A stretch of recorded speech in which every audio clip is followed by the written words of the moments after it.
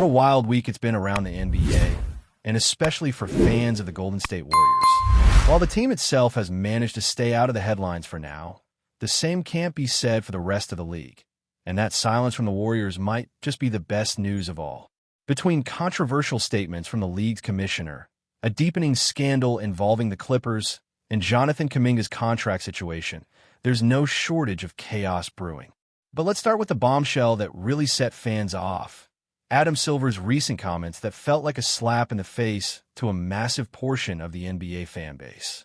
During a public appearance, Adam Silver essentially said that if you can't afford the growing number of subscription services required to watch NBA games, well, tough luck. Just go watch some highlights. Let that sink in for a moment.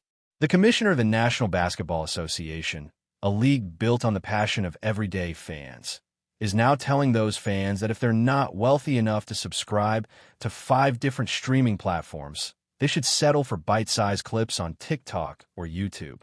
It's a tone-deaf, elitist, and frankly damaging thing to say. And in a league where the fans have always been the heartbeat of the sport, this kind of messaging is not just careless, it's dangerous. You think about the history of professional sports, and sure, we've had commissioners make questionable remarks before. Roger Goodell has said some things that didn't sit well with NFL fans. Rob Manfred calling the World Series trophy a piece of metal during the Astros cheating scandal. That was a moment that made baseball fans lose their minds. But what Silver said, this might top them all. It's not just tone-deaf, it's dismissive. It's as if he's telling millions of fans that they no longer matter. That if you're not shelling out hundreds of dollars per season just to access games, your support isn't wanted. That's a massive shift in tone from a league that has long prided itself on accessibility and community. And the timing couldn't be worse. Silver's comments come in the midst of serious investigations into the Los Angeles Clippers and their handling of Kawhi Leonard's contract, a saga that's beginning to unravel in the most dramatic way. Reports are suggesting that Kawhi's uncle was involved in shady dealings that date all the way back to his time in Toronto. Allegations of negotiating endorsement deals that never required appearances, essentially no-show jobs, are resurfacing. These are the kind of deals that, if proven true, could lead to massive penalties, and possibly even the voiding of Kawhi Leonard's contract altogether. This opens a whole new can of worms. If the Clippers are forced to void Kawhi's contract or face other penalties, that could shift the landscape for other teams, including the Warriors. Think about it. If Kawhi becomes expendable or suspended, the Clippers will be desperate to keep their championship window alive with their aging core. That could make them aggressive in the trade market, looking for win-now players to plug into their system. And who do the Warriors have that might interest them? Jonathan Kaminga. Now, this is where things get really interesting. Kaminga's future with the Warriors has been a topic of discussion all off-season. He hasn't signed a qualifying offer, nor has he agreed to any 2-year extension. There's this lingering question. Is he waiting for a better offer, or is he betting on himself to have a breakout season? And with Josh Giddey recently securing a 4-year, $100 million contract from the Bulls, you can understand why Kaminga might be questioning his own market value. But here's the thing, Giddey and Kaminga are very different players, and that difference matters when it comes to getting paid. Giddey is a 6'8" playmaker who can run the offense, rebound, create shots for others, and score when needed. He's essentially a big point guard who can slot into multiple roles and elevate the players around him. Kaminga, while insanely athletic and full of potential, is still more of a scorer who needs to be set up. He's not a natural playmaker, and his outside shot still needs work. That's a big gap when it comes to negotiating for that kind of money. Teams pay for versatility and control, not just raw talent. And this is where we heard a familiar voice chime in. Warriors legend Tim Hardaway had some pointed thoughts about Kaminga. According to him, the Warriors just aren't comfortable with Kaminga's fit in their system. It's not about his effort or his upside. It's about his ability to blend in with the motion-heavy, read-and-react style that Golden State has become famous for. If you can't consistently make the right reads, space the floor, and contribute on both ends without needing plays called for you, it becomes tough to justify a long-term investment in that system. Hardaway even suggested that Kaminga should seriously consider signing that 1-year qualifying offer and proving himself. But here's the catch. Signing that deal sends a signal to the rest of the league that the market just wasn't there for you this offseason. It tells other general managers that you might not have the value you think you have. That puts a ton of pressure on Kaminga to explode this season. If he does, he could position himself for a massive payday next summer, maybe even a most improved player type of season. But if he doesn't, that could set his trajectory back in a major way.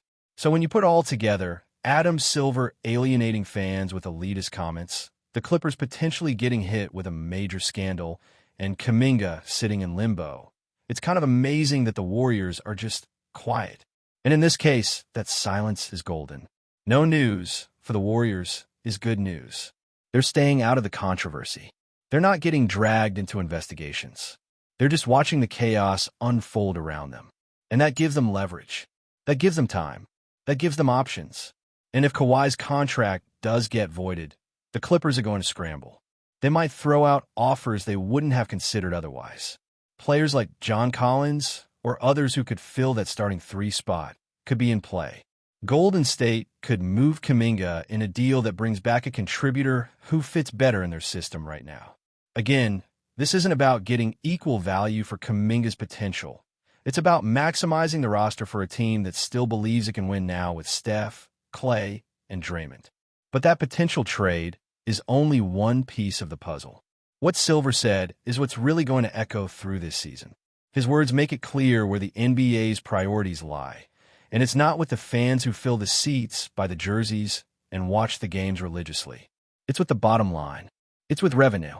And as more fans begin to feel left behind, especially those who don't have the means to juggle subscription after subscription, that gap between league and audience is only going to widen. And what's wild is that Silver's comments weren't some leaked quote taken out of context. He said it with his chest. Like he truly believes fans should be content with highlight reels if they can't afford the full experience. That mindset is going to ripple through the league in ways that we might not even fully understand yet. From declining viewership numbers to dwindling engagement from younger fans who can't connect to teams they can't regularly watch. This could be the beginning of a larger reckoning for the NBA. And meanwhile, the Warriors? They're sitting back, waiting, watching. Kaminga still hasn't committed. Trade rumors are floating. But compared to the mess other teams are dealing with, compared to the PR nightmare that Silver has created, the Dubs are in a good spot. A quiet spot. And with how loud things have gotten lately around the league, that quiet might just be their biggest advantage. The situation around Jonathan Kaminga continues to be one of the most intriguing stories surrounding the Warriors. Not because of anything he's done wrong, but because of what hasn't happened yet. Here we are, well into the offseason, and Kaminga still hasn't signed any kind of extension, hasn't accepted the qualifying offer, and hasn't been moved.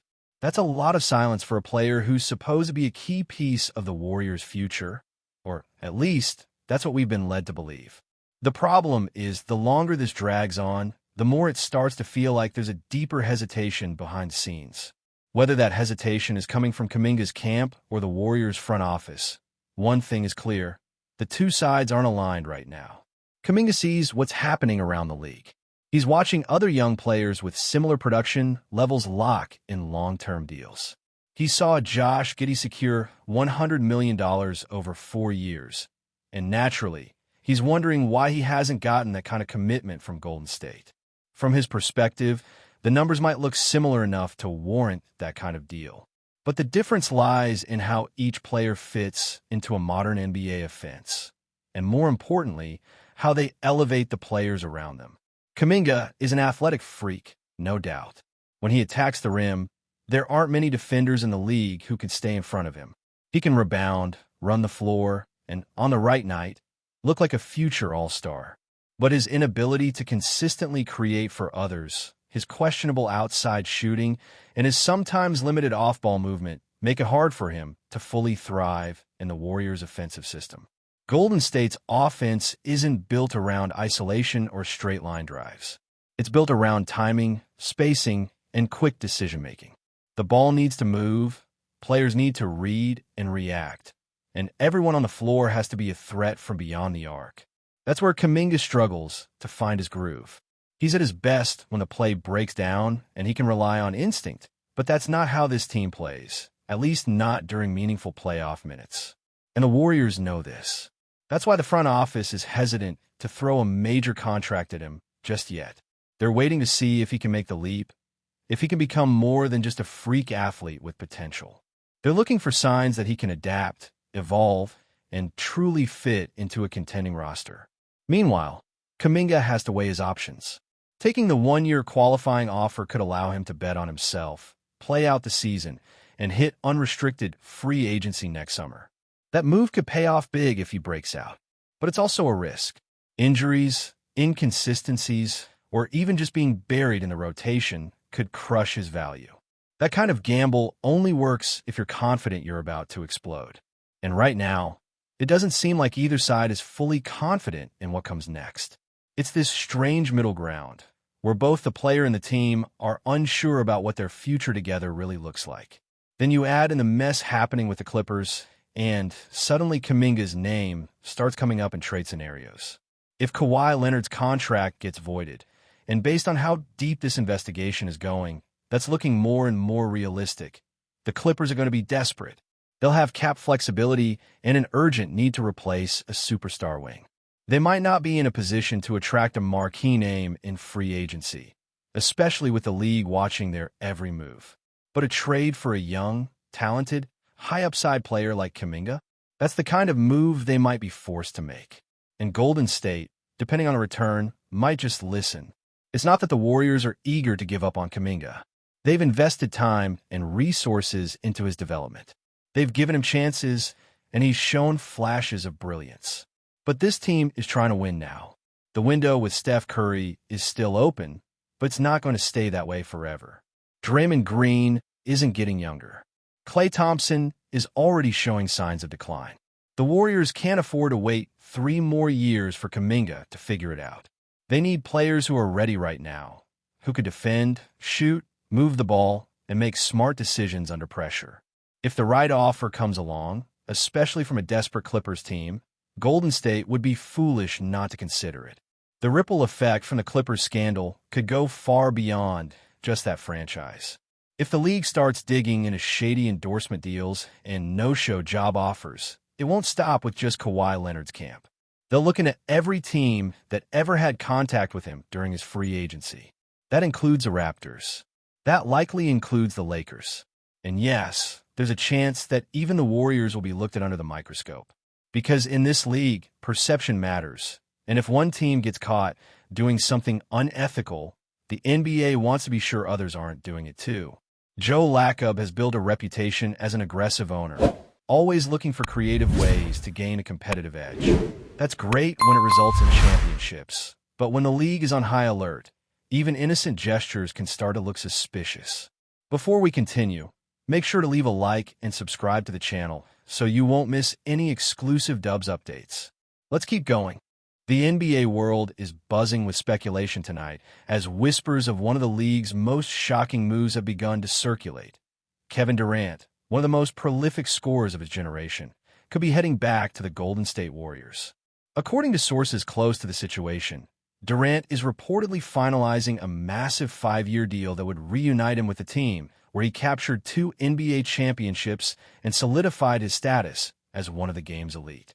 If confirmed, this move would send shockwaves across the league, instantly reshaping championship odds and fueling endless debates among fans and analysts alike. Durant's previous stint with the Warriors, though controversial for some, was undeniably successful, and the idea of him donning the Warriors jersey once more has set social media ablaze. Fans are already imagining the potential lineup combinations, with Steph Curry, Klay Thompson, and Draymond Green potentially teaming up with Durant again, creating what could be one of the most formidable rosters in recent NBA history. The details of the rumored contract remain murky, but insiders suggest that the financial package could eclipse anything Durant has signed before, reflecting both his superstar status and the Warriors' intent to mount a serious title run. The timing of the reported move, just ahead of the free agency frenzy, has only added fuel to the fire, with rival franchises now scrambling to assess the impact of losing, or in some cases gaining, the opportunity to compete against a reloaded Warriors squad. Critics are divided. Some see this as a masterstroke for Golden State, bringing back a proven superstar who knows the system inside out, while others question the long-term chemistry and potential distractions of reintegrating a former star. Meanwhile, Durant himself has remained characteristically tight-lipped, though his camp is said to be working feverishly to finalize the agreement. Whether this rumor becomes reality or remains the NBA's hottest what-if, one thing is certain. The mere idea of Kevin Durant returning to the Warriors has reignited excitement in the league and reminded everyone why the offseason is always filled with surprises. Fans, pundits, and players alike are now left holding their breath, waiting to see if the reunion that seemed almost impossible is about to shake the NBA to its core. Stay updated exclusively with the latest Dub Nation news. Subscribe to our channel and hit the like button to keep getting daily updates on the Warriors. Don't forget to share your thoughts in the comments. Your input is essential for the Dubs community. Stay tuned for the next video.